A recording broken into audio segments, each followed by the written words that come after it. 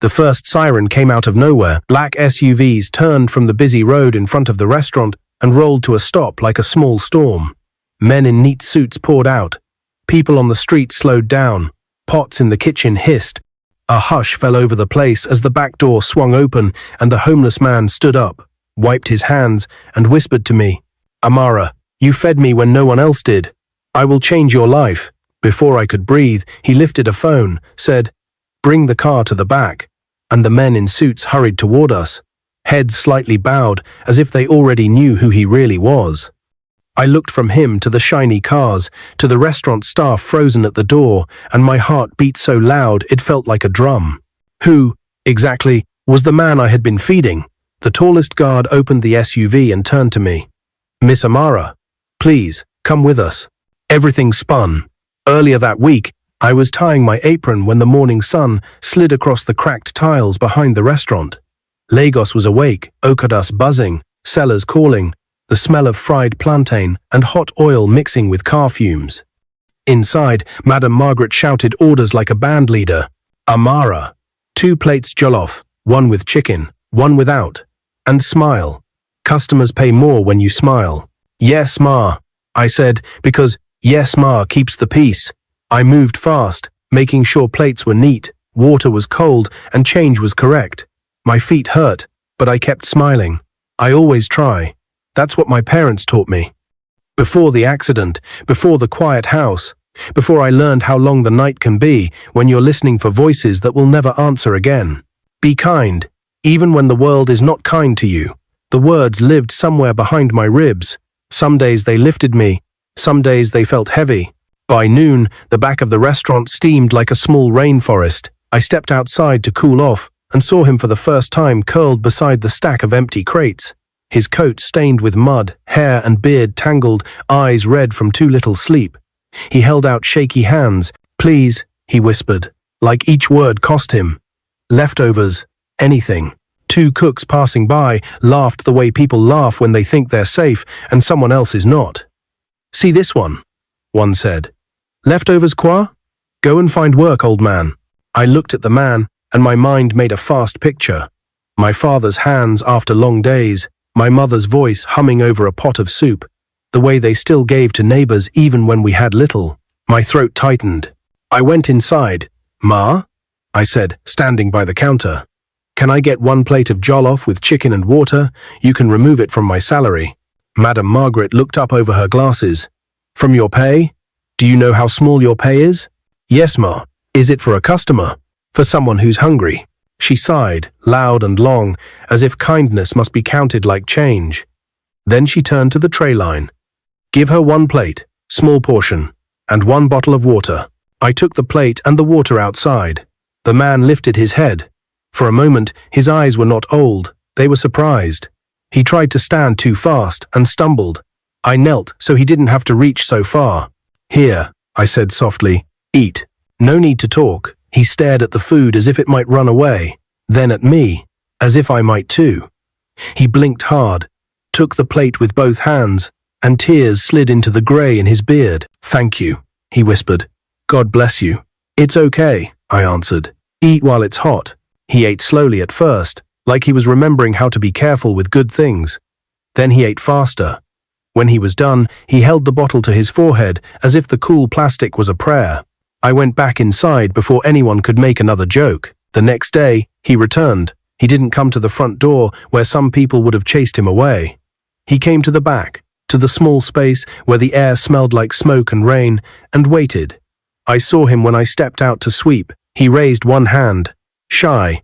I took another plate from Madame Margaret. Another deduction. Another shake of her head. Another laugh from the cooks. I ignored them. Day 3, I found him sitting with a bucket of dirty plates beside him, as if he was guarding other people's mess. He tried to stand when he saw me. He winced, held his side. I set the food down and said, "Please, don't get up. Save your strength." He watched me with a long look I couldn't read.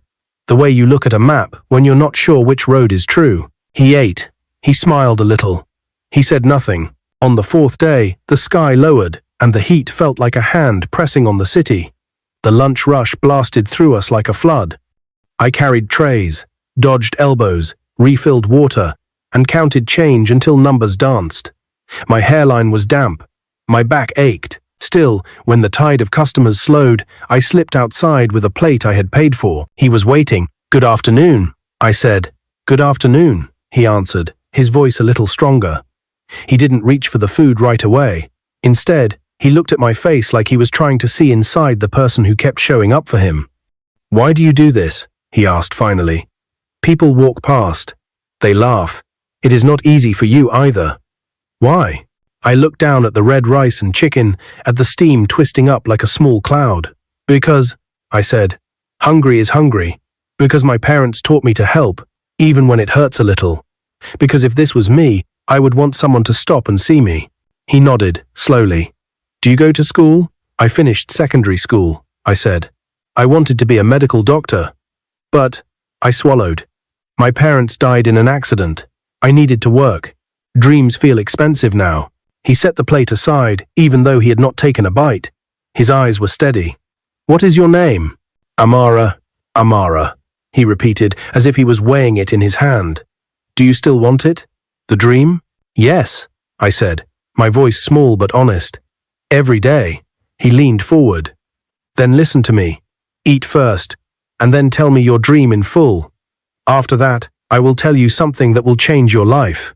I laughed, because the sentence was big, and I was tired, and he looked like somebody the city had stepped on. "Sir, please eat. You need your strength." He smiled, took one slow bite, then another. He drank. When he finished, he wiped his mouth with the back of his hand, sat straighter, and did something I didn't expect. He stood up. He wasn't weak anymore. He wasn't shaky. He rolled his shoulders like a man who remembered his body belonged to him. Then he reached into the inside of his coat and pulled out a very clean phone that did not match his clothes at all. He dialed a number, and his voice changed, not louder, but deeper, clearer, the kind of voice people obey. "Bring the car to the back," he said. "Now." I took a step back. The door behind me opened, and two of the kitchen boys leaned out to watch. One whispered, "Amara, are you seeing this one?" From the front of the building, engines purred. The air shifted. The sound of tires on gravel scraped the silence. The first SUV turned past the trash cans like a black shark gliding through water. Then the second. Then a third. The back door of the nearest car opened before it fully stopped. A tall man in a suit stepped out and hurried toward us. His eyes flicked to the homeless man and softened with a kind of relief I had only seen on sons' faces when they find their fathers safe. "Sir," he said, head bent. "We were worried." The man beside me nodded once. He touched my elbow. Gentle. "Amara," he said. "Thank you for seeing me when I was invisible." I swallowed. My tongue felt dry. "Who are you?" He turned so his voice carried to the cluster of staff at the door, to Madame Margaret peeking over someone's shoulder, to the drivers waiting, to the street where a fruit seller had climbed onto a stool for a better view. "My name," he said, "is Johnson David." The name cracked through the air.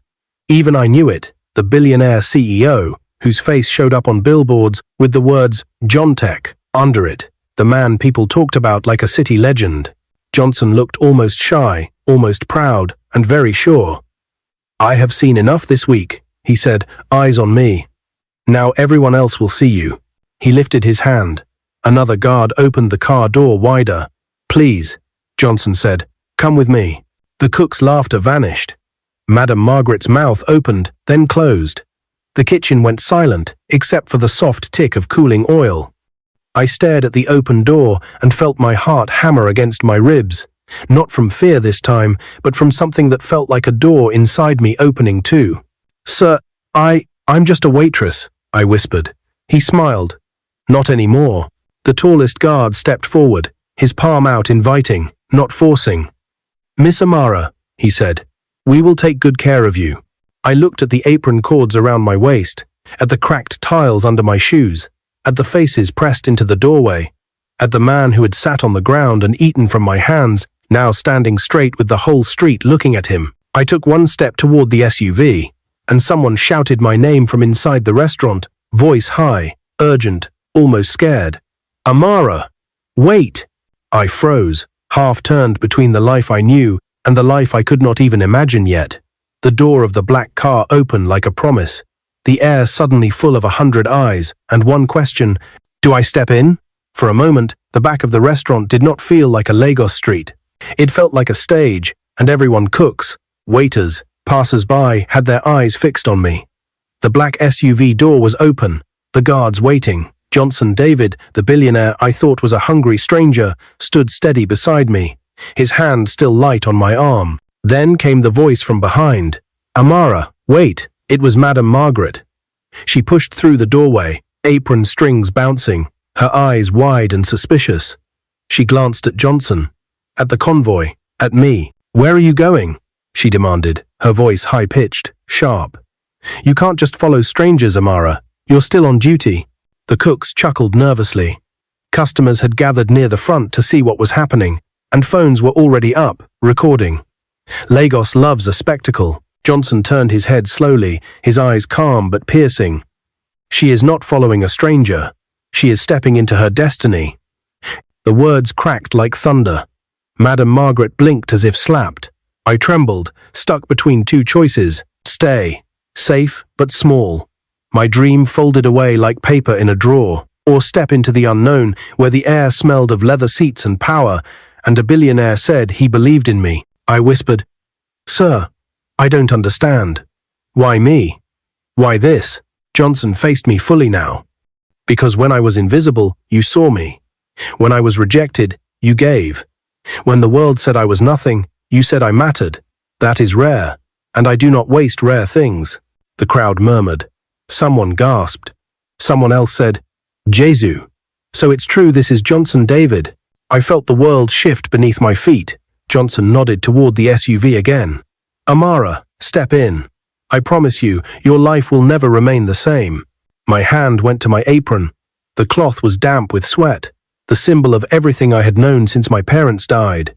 Survival, exhaustion, little pay, long nights. I untied it slowly.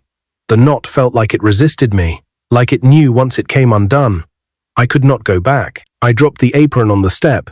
The entire restaurant gasped. Madame Margaret's mouth fell open. I walked toward the SUV, each step heavy with fear and hope. The tallest guard moved aside and held the door wider. Just as I was about to enter, Johnson raised a hand. "Wait," he said, and looked at the crowd. "Let them hear it." He stepped forward, voice rising, steady and strong. "My name is Johnson David, CEO of Jontech." The name rang like bells across the street. "I came here disguised to see if compassion still lives in this city." Everyone mocked me. Everyone turned away, except this young woman. He pointed to me. "Amara." She gave from her little. She fed me with her own wages. She did not ask for reward. She only asked me to eat. People gasped louder. Madame Margaret clutched her head in disbelief. Phones shook as videos streamed live. Johnson turned to me. His eyes softened. "You thought you were helping a homeless man, but you were feeding a king in disguise." And then, to the shock of everyone, he bowed slightly toward me. The crowd exploded with noise. Some cheered, some clapped, some shouted my name. I stood frozen, my throat tight, my eyes burning. "Get in," Johnson said gently. "Your real journey starts now." I stepped into the SUV. The door closed behind me, shutting out the world I had known. As the convoy pulled away, I saw Madame Margaret collapse onto a chair, the cooks covering their mouths, strangers chasing the cars with their phones raised. And me? My hands trembled in my lap, my heart racing, my mind repeating one thought over and over. What have I just stepped into? The city sped by, and Johnson sat beside me, calm as the ocean before a storm. "Amara," he said, "now I will show you why kindness is the greatest investment anyone can make." His words hung in the air like prophecy, but as the cars turned onto the expressway, I noticed something else. One black SUV, not part of his convoy, was following us closely. I stared at it, unease crawling into my chest. "Sir," I whispered, pointing at the rear window. "That car, is it with us?" Johnson turned his head, his expression tightening for the first time. He pressed a button on the console. "Driver," he said, his voice sharp now, "don't take the mansion route. We're being followed." The driver's eyes flashed in the mirror. "Yes, sir." The convoy sped up, engines roaring. I gripped the seat. My new world had barely begun. and already danger was chasing me. The SUV roared through Lagos traffic, horns blaring as other cars swerved out of the way. My chest thudded like a talking drum, and my hands gripped the leather seat until my knuckles hurt. The strange SUV was still behind us. Its tinted windows hid the faces inside, but the way it clung to our tail made my stomach twist. "Who are they?" I asked, my voice shaking. Johnson didn't answer immediately. His jaw tightened and his eyes stayed locked on the side mirror. "Not everyone is happy that I'm alive," he finally said. "Some people would rather I stayed hidden in the streets." I blinked. "Alive? But, you mean..." He cut me off with a steady hand. "Patience, Amara. You'll know soon." The convoy suddenly split. Two of the SUVs blocked the mysterious car, screeching across the expressway.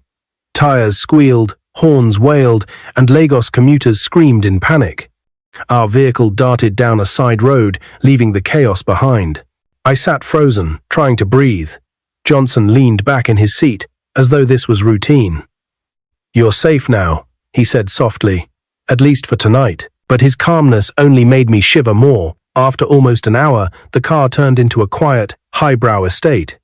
The streets here were wide and silent, lined with manicured lawns and palm trees that looked too neat to be real. Finally, the convoy slowed before massive black gates taller than 3 men. The gates opened, revealing a sprawling white mansion with golden lights spilling from every corner. The building stretched like a palace, with fountains sparkling in front and marble lions guarding the steps.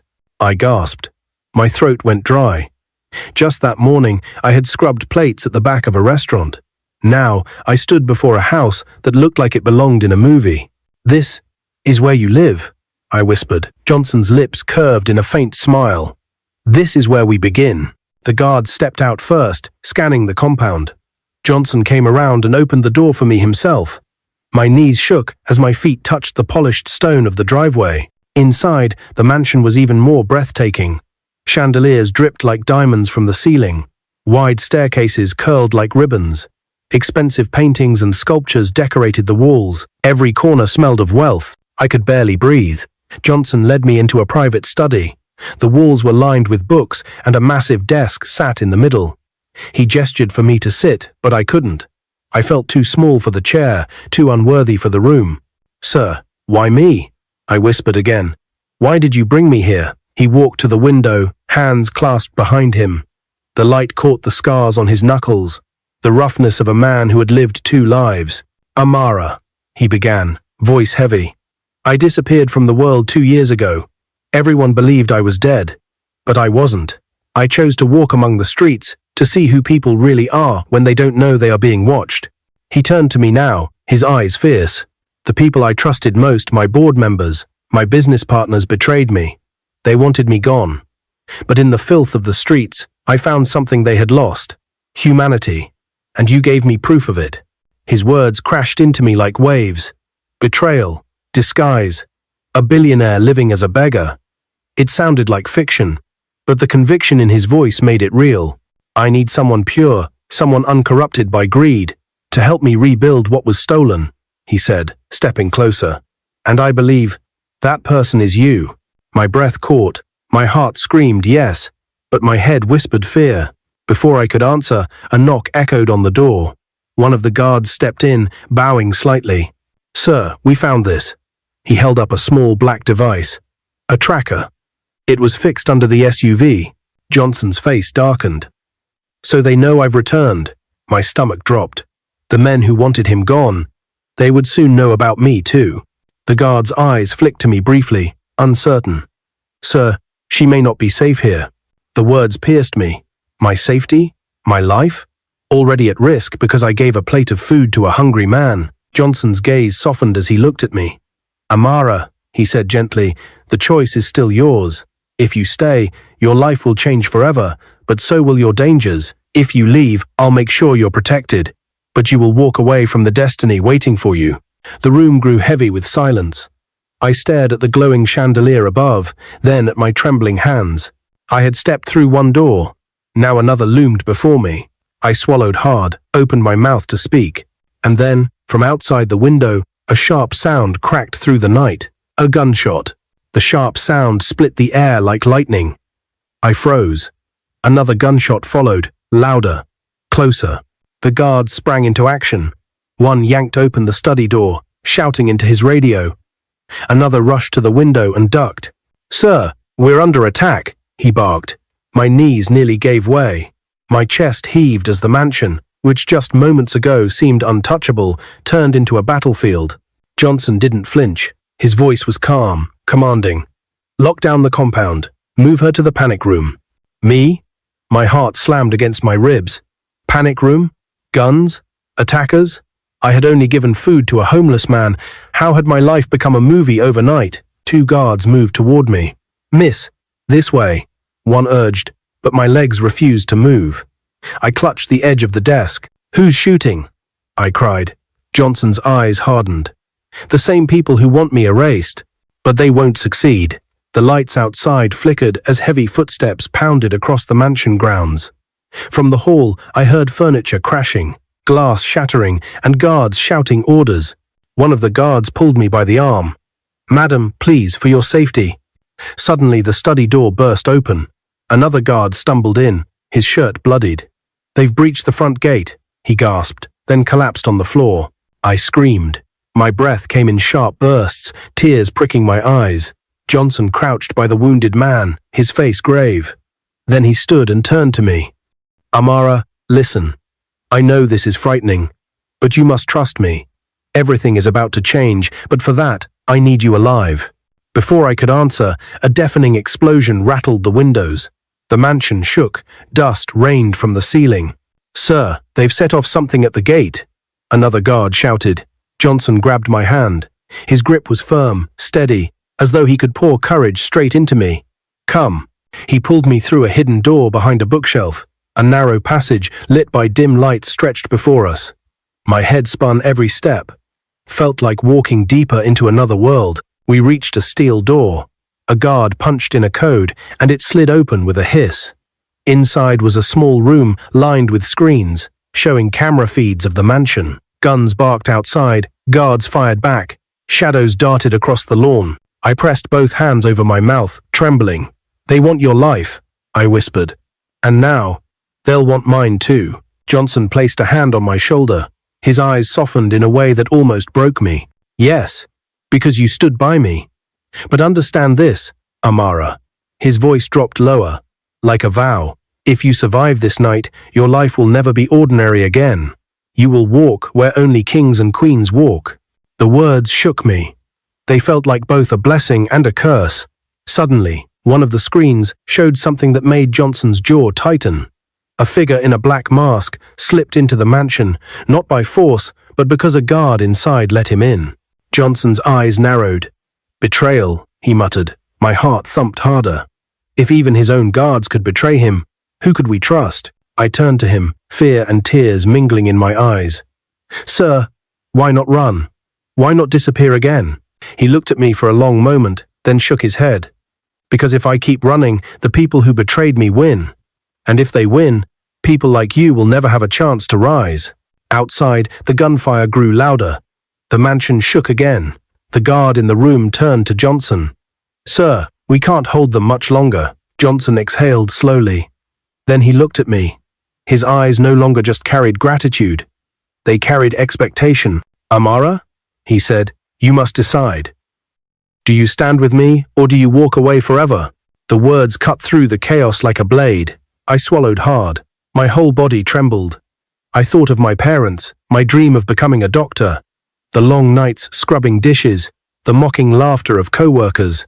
I thought of the plate of jollof rice I had offered with trembling hands. And now this. I opened my mouth to answer. But just then, the steel door shuddered violently.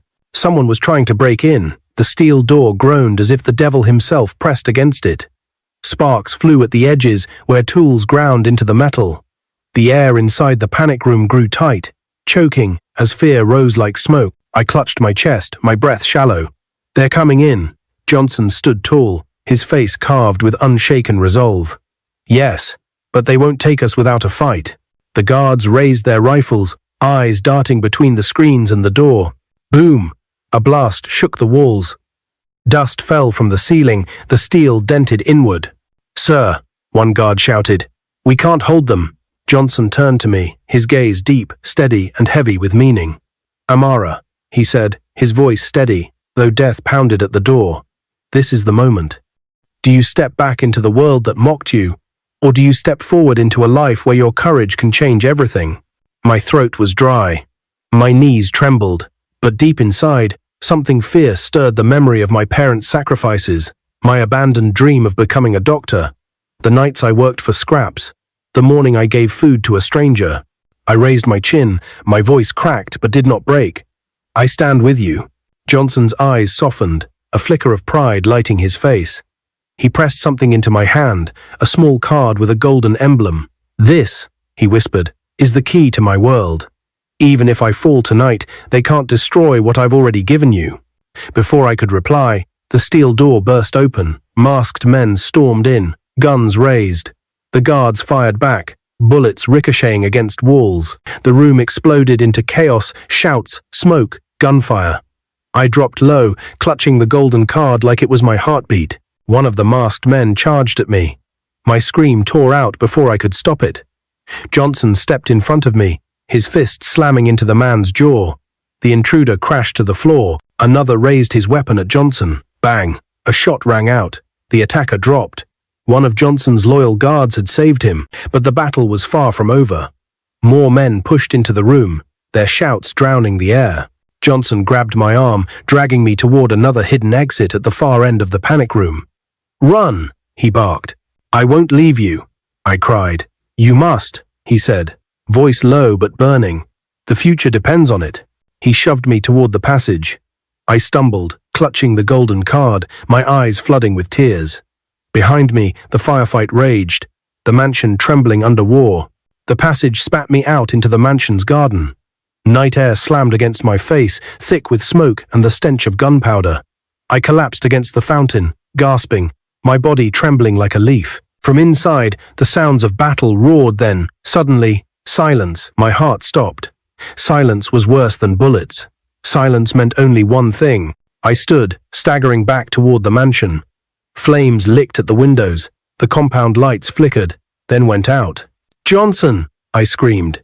My voice cracked into the night, but no answer came. Hours later, I found myself standing at the gates, surrounded by police cars, soldiers, and reporters. The mansion smoldered, its once golden glow now a grave of ashes. They pulled survivors from the ruins, guards coughing, wounded, carried on stretchers.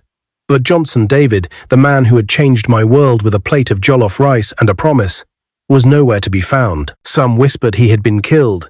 Others swore they saw him vanish into the flames, unbowed. All I knew was this. The golden card in my palm glowed with a destiny I could not escape. It bore his emblem, proof that he had chosen me, a poor waitress, to carry his legacy. Weeks later, I stood before the glass doors of Jontech headquarters. My reflection stared back at me. No longer the girl in a stained apron, but a woman standing at the edge of greatness. I pressed the golden card to the scanner. The doors slid open with a soft hiss, and as I stepped inside, I whispered to myself, "Eat first, then tell me your dream." The dream I once buried had returned, burning brighter than ever, and though bullets, betrayal, and fire had taken him from my side, Johnson David had already kept his promise. My life would never be ordinary again. If you like this story, comment, share, and subscribe to our channel for more interesting stories.